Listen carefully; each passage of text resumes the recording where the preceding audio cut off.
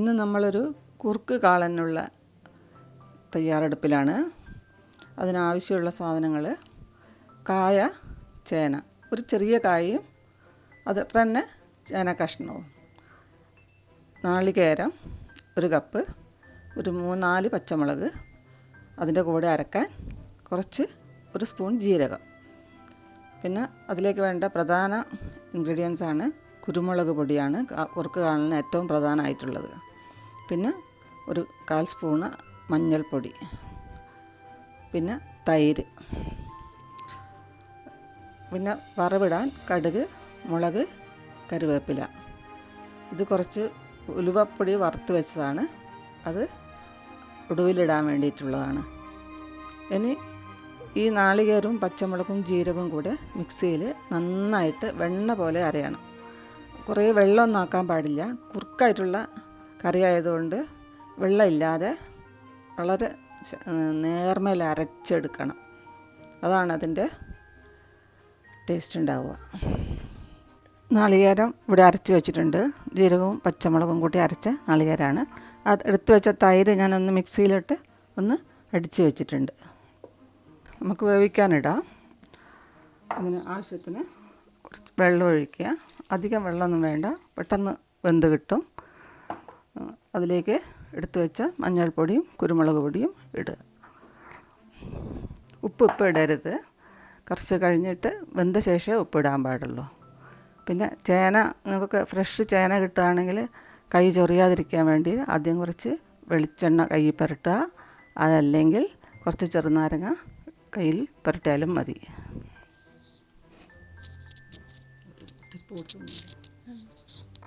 ഇപ്പോൾ നമുക്കിത് വെന്തോന്ന് നോക്കാം.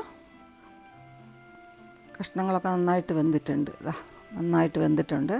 അപ്പോൾ ഇനി ഇത് വേണ്ടതെന്ന് വെച്ചാൽ ഇതിൽ മുഴുവനായിട്ട് വെള്ളം വറ്റിയ ശേഷം നമ്മൾ നാളികേരവും തൈരൊക്കെ ഒഴിക്കുള്ളൂ.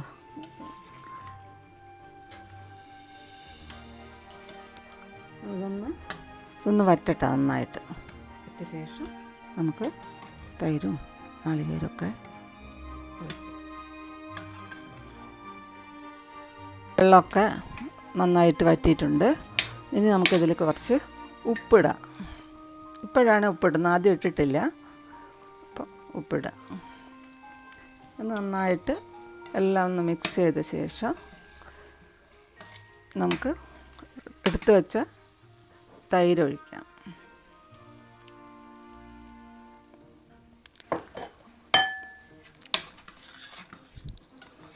ഈ തൈര് ഇതിൽ കിടന്ന് ഉപ്പും പുളിയും തൈരും എല്ലാം നന്നായിട്ട് പിടിക്കട്ടെ. അപ്പോൾ ഒരു 2 മിനിറ്റ് നന്നായിട്ട് ഇതൊന്ന് വെച്ച ശേഷം നന്നായിട്ടൊന്ന് ഇളക്കി വറ്റിക്കാം. നമുക്ക് തൈരിട്ട് തിളച്ചു. തൈര് ഒഴിച്ച് കഴിഞ്ഞാൽ നമ്മൾ ഇളക്കിക്കൊണ്ടേയിരിക്കണം, കാരണം പിരിഞ്ഞു പോകാതിരിക്കാനൊക്കെ വേണ്ടിയിട്ട്. ഇനി നമുക്കിതിലേക്ക് അരച്ച് വെച്ച നാളികേരം ഇടാം.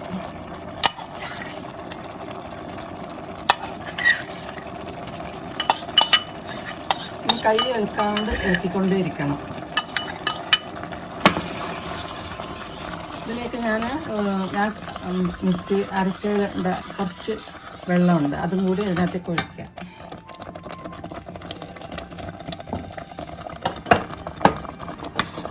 ഇനി ഇത് നന്നായിട്ട് കുറുക്കിയെടുക്കണം.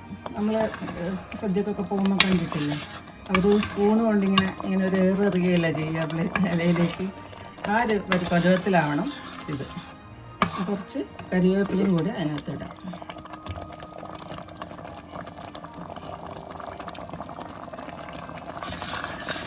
കൈയെടുക്കാതെ ഇളക്കി ഇതൊന്ന് കുറുക്കിയെടുക്കണം. നന്നായിട്ട് കുറുകി വന്നിട്ടുണ്ട്. അപ്പോൾ ഇതിൽ തന്നെ ഇരുന്ന് പിന്നെയും ഒന്നും കൂടെ കുറുകും.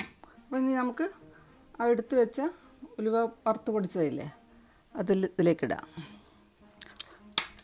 ഇത് നന്നായിട്ടൊന്ന് മിക്സ് ചെയ്ത് ഈ ചൂട്ടത്ത് തന്നെ കിടന്ന് അതായിക്കോളും. അപ്പം നമുക്ക് സ്റ്റവ് ഓഫ് ചെയ്യാം. നമുക്ക് കടുക് വറുക്കാം. അതിന് വെളിച്ചെണ്ണ ഒഴിക്കും.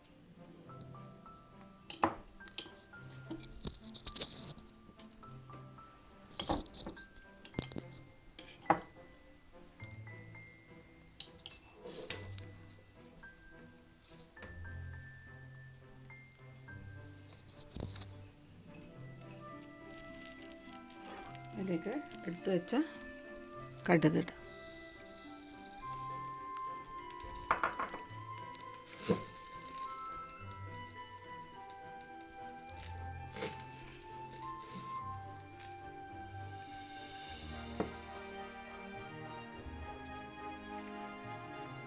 കടുക് പൊട്ടാൻ തുടങ്ങുന്നേ ഉള്ളൂ.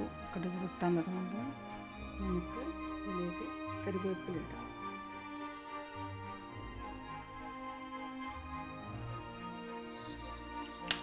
അതിലേക്ക് 2 വറ്റൽമുളകും കൂടെ പൊട്ടിച്ചിടാം.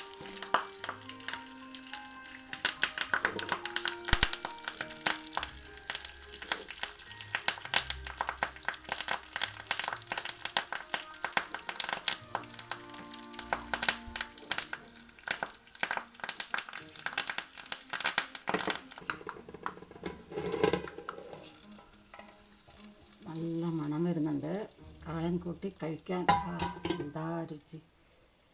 നല്ല അടിപൊളി കാളനാണ്.